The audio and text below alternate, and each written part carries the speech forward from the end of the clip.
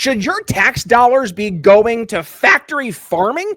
Yeah, let's talk about that. Instead of focusing on winning arguments, we're teaching the basic fundamentals of sales and marketing and how we can use them to win in the world of politics, teaching you how to meet people where they're at on the issues they care about. Welcome to The Brian Nichols Show. Well, hey there, folks. Brian Nichols here on another fun-filled episode of The Brian Nichols Show. I am, as always, yes, your humble host, joining you from our lovely Cardio Miracle Studios here in sunny Eastern Indiana. The Brian Nichols Show is powered by the best heart health supplement in the world, Cardio Miracle. So if you want to learn how to lower your resting heart rate, lower that blood pressure while improving your pump at the gym, stick around. We'll talk about that later in today's episode. But first, let's dig into the topic of conversation. We've been seeing our tax dollars when we had Elon Musk and Doge start to dig back, or rather dig into the different bureaucracies there in the federal government. We started to figure out that our dollars and cents are going all over the place. And one of the big questions that's been raised over the past few years is not just, where our dollars are going, but is it good where our dollars are going? One of the areas we've seen is the work that good folks over organizations like White Coast Waste, they've been pulling out all the different pieces of evidence showing how our different government organizations like the NIH under Anthony Fauci were using beagles as testing subjects, literally snipping their vocal cords so they wouldn't be able to yelp. What?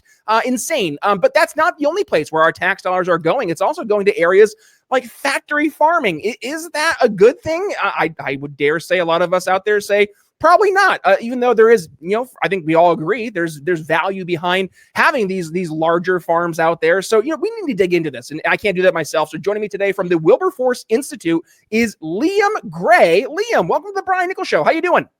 Hey, doing great, Brian. Thank you for having me. Great to have you on the show, man. I know we're just for audience elephant in the room. We are having a little bit of a delay, so don't worry. We're still going to be doing a great conversation today. If I need to cut out some stuff in the back end, I will. But no worries, Liam. I'm really looking forward to today's conversation. I know I had Isaac Wilhauer on the show previously. We were talking about some other stuff on that episode, so I'll make sure I include that link in the show notes. But do us a favor, introduce yourself here to the audience, and then talk to us about the Wilberforce Institute. What are the stuff you guys do over there? Yeah, sure. So I worked in Republican communications and worked in PR for a number of years. Before that, I was in the Army and the civilian intelligence world for a bit. But now I'm running the Wilberforce Institute. We launched in September of last year. We're really focused on the ways in which animals are being harmed by government, and the ways in which government is causing animal cruelty. We're probably especially focused on factory farming, which I think is an industry that's really bolstered by our tax dollars and by government bureaucrats, that kind of a lot of cronyism. But we're really anywhere where you see government impact hurting animals is really where we end up talking about issues. So I teased factory farming, right? I also talked about when we had our good buddy Justin Goodman there from the White Coast Waste Project on the show, and we were talking about the different the different I guess like studies. I don't know how to frame it, like studies, tests on these poor beagles and other animals in order to test the efficacy of drugs or what have you. And it's pretty barbaric stuff, man. But that's not just the only area, right, where we see a lot of these animal tests taking place, or just animal abuse. We mentioned earlier in the intro, factory farming is a big issue as well. And a lot of folks probably aren't aware that their tax dollars are going towards supporting these types of institutions. So just kind of lay the groundwork here for us, Liam. Like, what is factory farming? Why is it not necessarily a great thing? I guess, and then what's the argument to say it's a necessary evil? But let's then dig into the dollars and cents side of things, right? Like where our taxpayer dollars are actually going to enable and promote this type of farming. Yeah, absolutely. So factory farming, I think it's arguable that it's not even really farming. This is where you're talking about big industrial meat producers that have a concentrate, big factories where they're producing tons and tons of meat. Now, I understand this. The origins of it, it's not necessarily something nefarious. I think it's, you have an expanding population and they're trying to find more and more efficient ways of feeding them. So in doing this, there's industry has grown, and as the government has kind of gotten more and more involved in and entrenched in growing it, kind of as these things tend to happen, you've seen a complete degradation of how the animals are treated within these facilities. There's, I mean, I think people have probably always seen, seen a lot of the kind of horrific videos and the mistreatment of animals that come in these facilities. But then also, there's very little. This kind of gets into a lot of the sort of MAHA and RFK type stuff. There's very little into cases, what chemicals are being put into there, what antibiotics, what hormones these animals are giving, and what that's doing to us. When you look at how our tax dollars are supporting this, one of those ways is research. If you look at the USDA has the Agriculture Research Services, which is an agency. We actually, you mentioned Doge earlier. We talked about, right around the time Trump got elected, we put out an article in Town Hall talking about whole departments that you could cut that would both cut government and save animals, and one of them was the ARS under USDA, which is really, it's just it's us doing the research for the industrial meat producers, and I think when people think of a government research department, they're probably assuming that this is going to maybe the quality of the food and what's healthy, or less likely but more hopeful, maybe this is you think it's maybe research on the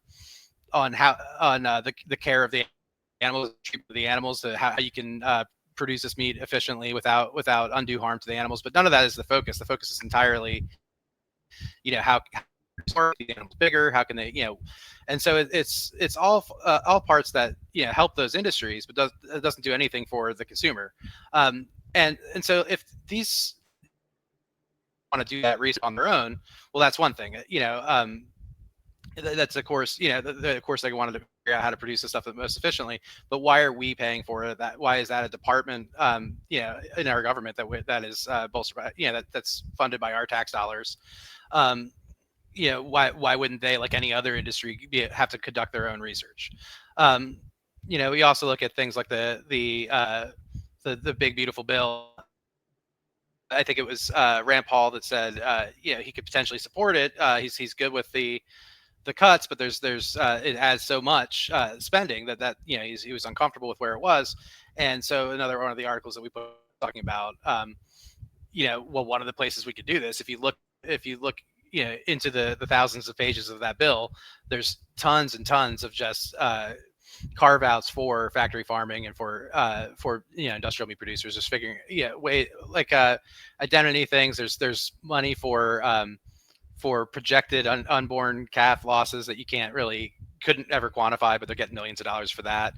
So it's just any way we can subsidize that industry, we're doing it.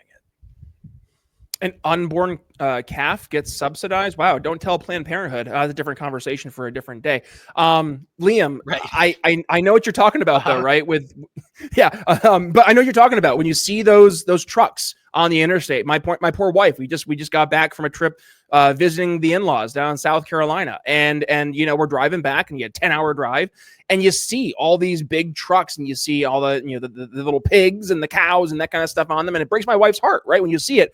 Because it just feels right? It just feels icky when you see this just herd of, literally it feels like a herd of animals crammed into these back of these 18-wheelers. They're driven sometimes, hundreds of miles to these processing plants. And then it literally just turns into, the piggy's last day, the cow's last day, where they all just march into the factory, and then they march themselves right over to my meat counter over at Kroger. But then this turns into the objection that I hear from folks, right? Well, Brian, you mentioned that you don't want to have, this call it negative treatment of animals, or the negative things put into these animals. But think about the alternative. If we didn't have this as an option, hundreds of thousands, millions of people even might go hungry, right? Like I'm a big guy in the fitness industry. I like to lift weights and eat the different meats. I like my chicken. I like my steak. And I could easily hear folks in that world say, well, all of a sudden, even if it's not the best quality and there are question marks, at least it's better than the alternative. And to your point, there is a big push from more of the MAHA side of the aisle, which I am more and more becoming, much more comfortable with, because I do see, to your point, this stuff that we're filling our meats with, when they are alive, with the antibiotics, with the different research of the chemicals and such, like there's a lot of big question marks. And we're seeing this now, right, with the different autoimmune diseases that folks are dealing with. I know my dad's been dealing with an issue with gluten or celiac disease for 15, 20 years at this point. And, he grew up as a farmer, right? So like what things were he putting into his cattle that he had no idea would have these long-term negative impacts on human biology, just by the nature of using it and being around it? Like, extrapolate that forward, we're going to see a lot of folks who are probably in the same church, different pew, but it's because they're ingesting it with no idea what's going on. So I laid a lot out there. Liam, what's your feedback? Life building something meaningful, a career, a family, a legacy. But none of that matters if your health can't keep up. And the truth is, as we age, our body's natural production of nitric oxide, which is vital for circulation and heart function, declines sharply. And that drop increases your risk for high blood pressure, poor oxygen flow, and even cognitive decline. You don't feel like yourself, and no doctor seems to have an answer that doesn't involve more prescription medication. And that's why I recommend Cardio Miracle, because it's an all-in-one blend of nitric oxide boosters like L-arginine, L-citrulline, organic beets, and more that support your cardiovascular system, brain function, and your immune response. It's not about reversing time. It's about giving your body what it needs to keep showing up strong. You've worked too hard to feel like you're fading. So scan that little QR code over my shoulder, click the link in the show notes, or go to cardiomiracle.com/TBNS and get back in control of your health. And look for the little note saying you're shopping with Brian Nichols on the Cardio Miracle homepage. One more time, that's cardiomiracle.com/TBNS. And now, let's get back to the show. Yeah, absolutely. And that's why I think, I'm sympathetic to a lot of that. I think it makes a lot of sense. We need to be able to feed people, right? And we need to be able to have, affordable food. But I think there's also just a surface level, what we're eating needs causing us long-term harm. There's problems. A lot of something that I think people would be surprised to know is, if you take, for instance, Smithfield, that's a one of the biggest meat producers. That's a Chinese-owned company. So effectively, like anything else in China, it's a Chinese Communist Party, and I don't personally feel comfortable eating something that I don't feel comfortable with the idea of China deciding what is going into my food and me not having any recourse or any way of knowing about knowing what that entails. And I don't think we should be saying to people who are worried about the prices of food that their only option is to eat this, to eat something that's going to cause them that kind of harm. So I think there's other solutions there. I think you hit on something, though, if I could go back to it, that kind of, you mentioned, I think you said the word intuition, but you mentioned that your wife, and just kind of how you guys have those gut reactions. I think that's a lot of why we're doing this. Is there's this sort of perception of conservatives and libertarians, like we're all these heartless people, and I think that there's an idea. A lot of us just have the moral intuition. We care about animals. We know that there's something, like you said, we know there's something wrong with the way this is being done. But when you try to look at the answers to it, it's a lot of organizations that are practically communist organizations, and we don't want to have anything to do with them. So that's kind of our thing is we're not looking to force everybody to go vegan. We're not looking to try to ban everything under the sun. We're trying to find kind of market-based approaches that can actually and if nothing else, give an ideological home to the kind of the libertarians and the conservatives that care deeply about animals and understand that this stuff is wrong and want to find new solutions to working forward on it. Let's laser focus though on that objection, right? Like, what happens if we just tomorrow turn off factory farming, right? Like there's gonna be some obvious ramifications there, some maybe intended but also unintended consequences. What might that look like? And I guess what would be the answer from a more libertarian, conservative, I'm going to say more commonsensical approach to dealing with this? Like, what would that middle ground be? And then in transition, obviously, to a better solution, what might that look like? Yeah, well, I do think, first of all, I think on the whole, it's eating less meat is a less expensive option. I know that you could talk about prices going up, but I think if you're saying eliminate factory farming tomorrow, I think that's probably that's not a way in which this would actually this would all come about. I think something that's more reasonable is looking at things like there's California passed a bill called Prop 12, which has kind of really basic standards for pigs, right? And for some other animals, but I think pigs are kind of the main forefront of it, where it's like pigs being able to have the room to stand up and turn around, right? Not being so confined that they can't even move. And the thing that's interesting about this bill and where it's caused, where it's created a lot of debate is that they're holding the meat that's coming into California to those same standards. So they will not have meat from other coming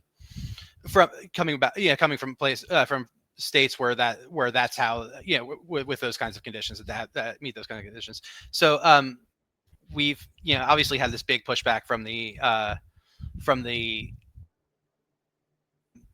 companies, and so this is actually something that went to the Supreme Court. Biden and Vilsack, who incidentally, Biden's head of ag was a big dairy lobbyist, which kind of gets into a lot of sort of how these things come about. But so they took this to the Supreme Court, and it was actually Gorsuch that basically said, the Constitution allows for a lot of things, but it doesn't give the federal government the power to dictate what kind of pork chops California eats. And I think that's a sort of basic tenet of federalism, right? So there's some of these ways where that kind of thing, where if a state makes that kind of decision,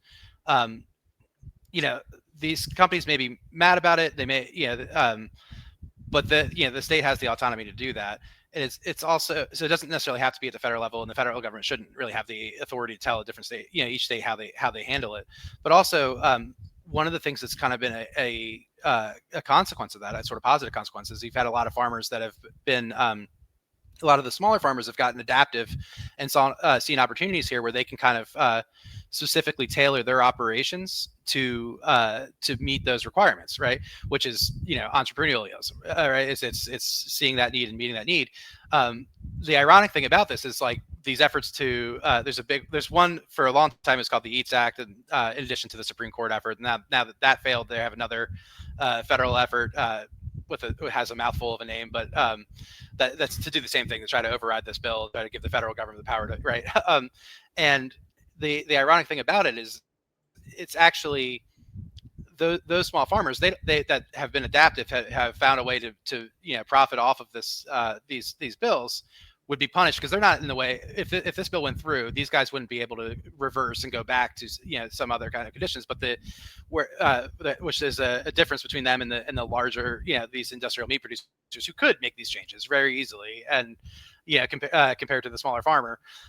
But they're just they don't want to do so, right? So it's so I think there's things like that where it's not necessarily like let's eliminate factory farming tomorrow, let's outlaw it tomorrow, but I think that there's ways that are, like you said, in kind of the world of common sense, where you make these changes, you do these things that actually improve these conditions and create some kind of possibility for us to both know what's going into our food, know that our tax dollars aren't being spent harming animals at that level.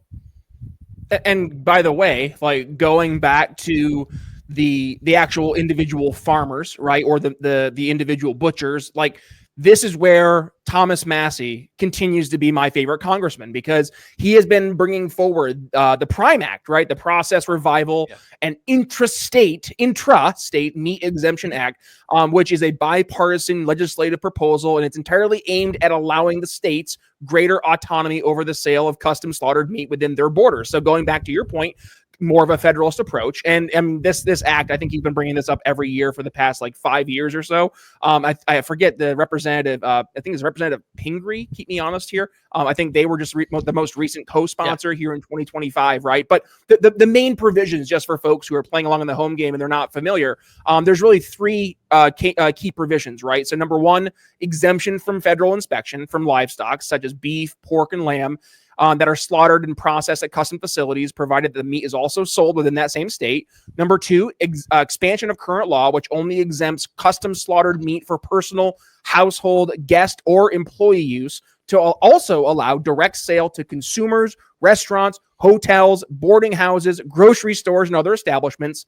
And then number three, states would gain the freedom to set their own standards for these sales and determine whether and how custom slaughtered meat can enter state commerce.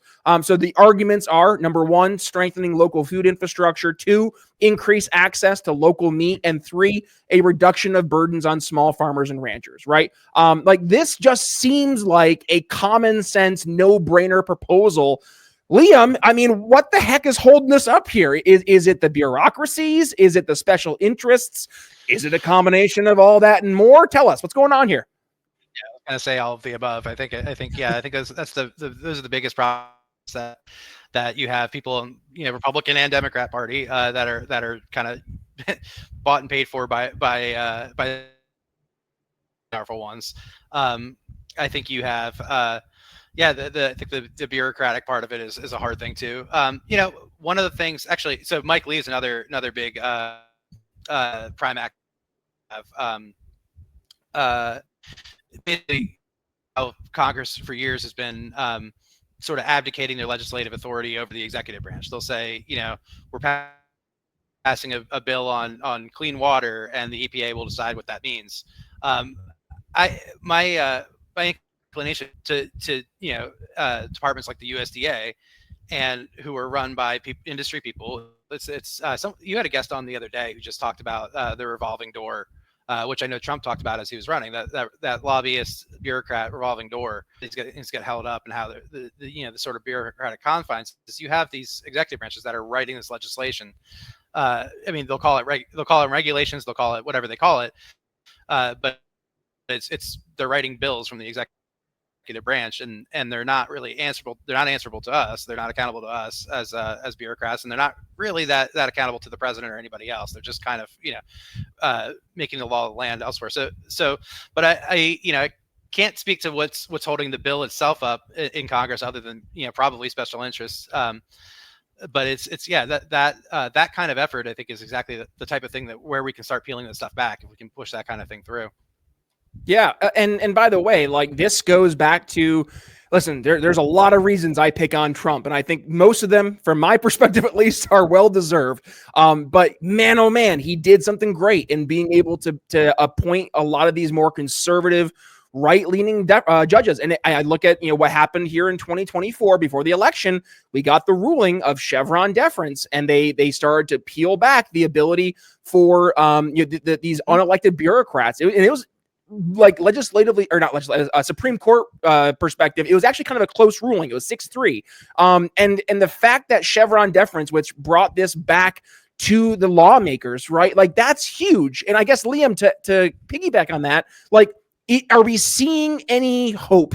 Right? I'm a big believer in the hopium, so let's take it all day long here. Like, is there any hopium of looking at where we are today with things like Thomas Massey's Prime Act, Chevron deference being overruled back in 2024, and then I would just say, a fundamental shift in culture with folks being more aware of the things they're putting in their body, the foods they're eating? Like, do we see that things are going to start pivoting towards a more common sense approach now, hopefully 2025 and beyond, to the way that we're actually allowing our producers to create these new ecosystems? Like, just tell us, where do you think things are headed?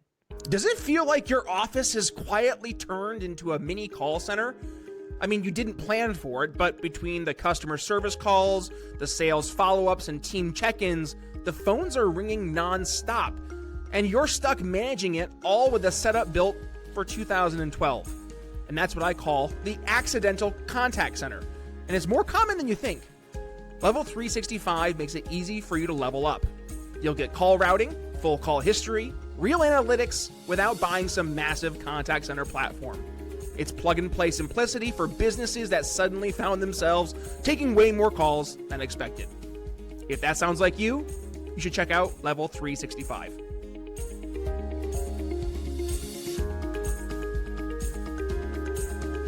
Yeah, so I think there's a lot of reasons to be optimistic. I think that, I actually co-authored an article with Patrick Brenner of Southwest Public Policy Institute, where we talked about the Chevron deference and kind of how that can kind of play the part of sort of a de facto Reigns Act and start to maybe reel back these what we call the jurisdictional fiefdoms that you're seeing throughout the executive branch.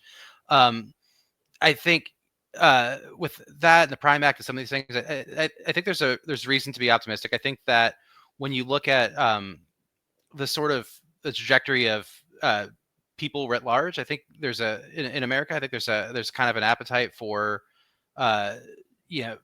noticing, regardless of party, noticing these sort of deep state entrenched things. It's interesting because I think at one point, for the longest time, we thought of the kind of the shorthand was like, oh well, the Republicans like big business and the Democrats like big government. But I think there's kind of a growing sense with the actual people separated from the politician, where it's like, no, those are the same things, and you both are propelled by both of them. And so I'm a terrible political prognosticator or predictor. I don't know that I can say how things are going to go, but I'm an optimistic person, and I think that there's reason to believe we can start peeling this stuff back. Well, and man, elephant in the room, like it's time. It's finally time. It feels like that we're getting there, because I grew up in the 90s, right? I got to see the change myself firsthand. I know a lot of folks kind of grew up in this era where we watched as our food just became a big question mark. The environment, there's that meme of the I think it's the Spider-Mans, and they're all pointing at each other. And it's like, my dad full of lead, my grandpa full of asbestos, me full of microplastics. And it's just like, everybody is aware now that the shit we've been putting into our bodies, by and large, isn't good for us in some way, shape, or form. You can make the utilitarian arguments like, well, it's better than nothing. Like, I hear that. But if we're putting things in our bodies to our body's detriment from a health standpoint, that's just setting us up for years of pain, of misery, and by the way, opens the door, back to your point, of these big business types to say, oh my goodness, you have celiac disease. Oh, well, guess what? Here's a pill, right? And it's this never-ending cycle. And the fact that more and more folks are waking up to it, I think is a very much a big positive and a big step in the right direction.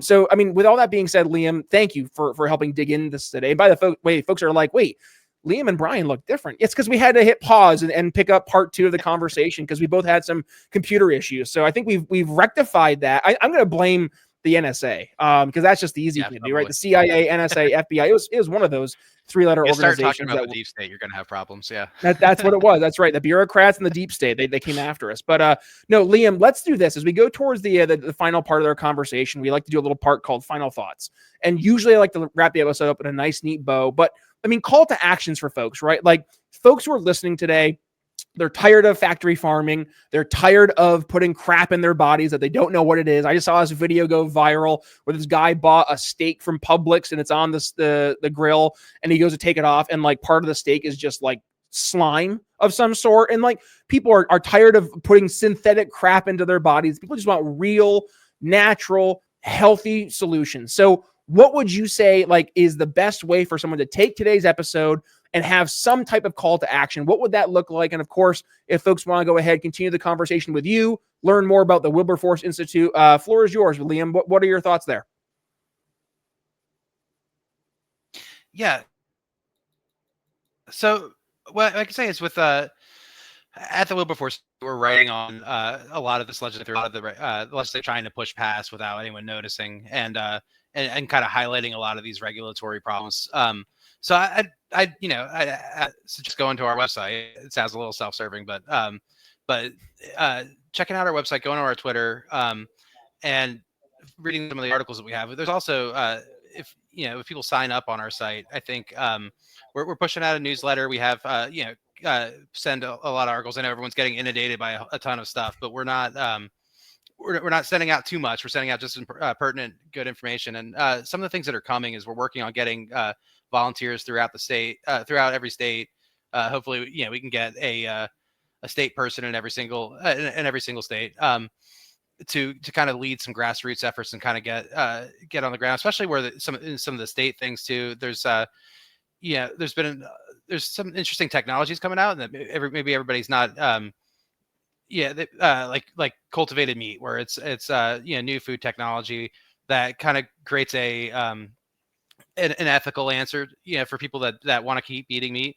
It's not really there where it can be sold yet, or maybe isn't necessarily the best, the most accessible product now. But there's government bans going on at the state level, and why are we not allowing for this opportunity to exist? So I think there's things like that where we're going to try to do some more on the ground action. So if people sign up on our website, or even it's easy enough to email, shoot us a message, and would love to get as many people involved as want to be involved. There you go. All right, folks. Well, listen, if you enjoyed today's conversation, please go ahead and give it a share. When you do, tag yours truly at B Nichols Liberty. You can find me on Facebook, X. I always want to say Twitter, X, and Instagram. And as for the program, you can go ahead and subscribe to it on your favorite podcasting platforms like Podcast Addict, Apple Podcasts, Spotify, YouTube Music, wherever it may be, or your favorite video platforms like YouTube, Rumble. And yes, we are uploading our shows on Twitter, X again, yes, and Facebook. And by the way, we live stream over on X and on Facebook every Monday, Thursday, and Friday evenings at 9 p.m. Eastern. You missed me back on Monday because I took the day off because I was down in South Carolina visiting family. So I'm sorry if you missed the show on Monday. Here you go. Here's your Thursday episode. And of course, we also air all of our Thursday episodes over on the Lions of Liberty Network. So proud to be part of the Pride. Again, you can go ahead and check out the Lions, the other Lions, John Odermatt, Brian McWilliams, and Lou Perez over at Lions of Liberty. With that being said, Liam, I'll give you the final words today. What do you want to leave the audience with? Let's cut government and save animals. There you go. Simple, easy, and to the point. I love it. And I love you, my audience. Thank you for joining us today. With that being said, Brian Nichols signing off here on The Brian Nichols Show for Liam Gray from the Wilberforce Institute. We'll see you next time. Thanks for listening to The Brian Nichols Show. Find more episodes at briannicholsshow.com.